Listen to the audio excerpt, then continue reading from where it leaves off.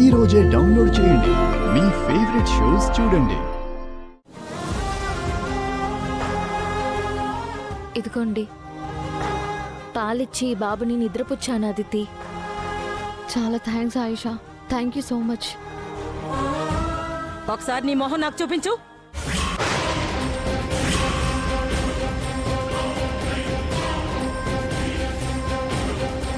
నాన్నమ్మా నువ్వేం చేస్తున్నావు?